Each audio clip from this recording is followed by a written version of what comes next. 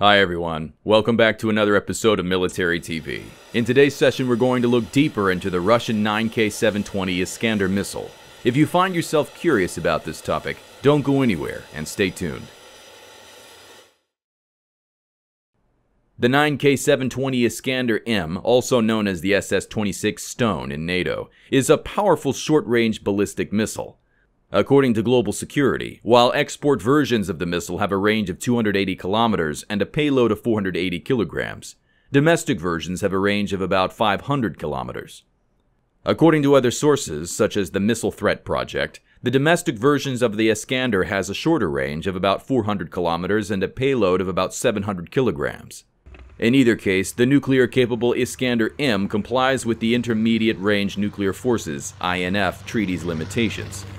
Nonetheless, the missile effectively replaces the OTR-21 Toçka nuclear-tipped ballistic missile, which was phased out under the INF treaty.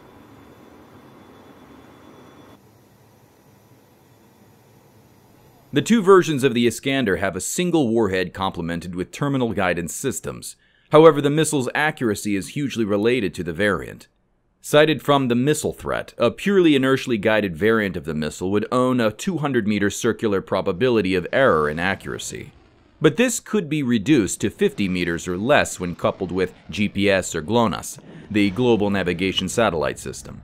If those systems added by electro-optical sensors or radar, the accuracy of Iskander could be improved. Now let's take a look at the history of Iskander. In the late 1980s, Russia began developing the SS-26 to replace the OTR-23 Toçka short-range ballistic missile, SRBM. After the OTR-23 was banned by the INF in 1987, the Soviet Machine Industry Design Bureau in Kolomna, the KBM, repurposed the missile's solid rocket motor for the missile's design. In 1993, KBM began construction on the Iskander complex. Russia began state trials of the missile in 1998. And completed 13 flights at the Kapustin Yar test range until 2005. And in 2006, the Iskander system was finally deployed in Russia. Russia tested an updated missile, the 9M723-1, in 2010, and accepted it into service in 2012. The road-mobile Iskander was Russia's second attempt to replace the Scud missile following the fallout of the OTR-23 Toçka due to the INF treaty. Initially directed by the KBM rocket weaponry designer, Sergei Nepobadymy, the design of Iskander was started in December 1988, and in this period it was not notably affected by the dissolution of the USSR in 1991. Consecutively after the beginning of the work, the first successful launch of the missile happened in 1996. At a meeting with senior defense officials reporting to President Vladimir Putin on the drafting of a defense budget for 2005, Russian Defense Minister Sergei Ivanov mentioned the completion of static tests of a new tactical missile system called the Iskander. He stated that the system would be mass-produced in 2005, and that by the end of the year, Russia would have a brigade armed with it.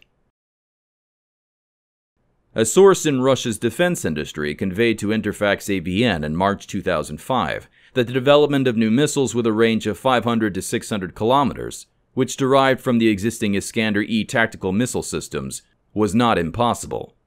The minister did, however, state that it could take up to 5 or 6 years. Serial production of the Iskander-M variant tactical ballistic missile system began in 2006, and the system was adopted by the Russian Army. In November 2016, the Russian military announced that the Iskander-M system was being modernized.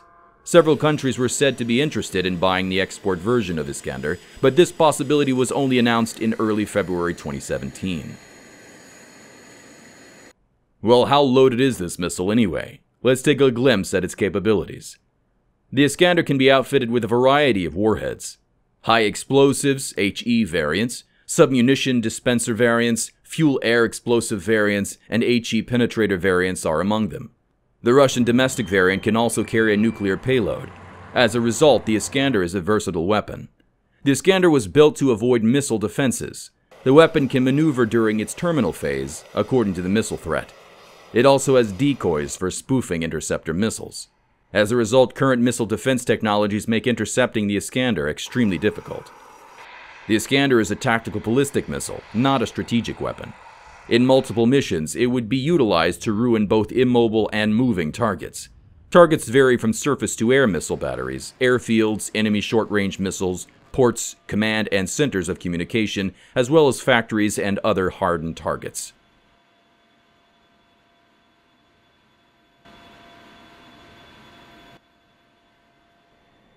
Moscow has stationed Iskander-M launchers in Kaliningrad due to the missile's ability to circumvent missile defenses.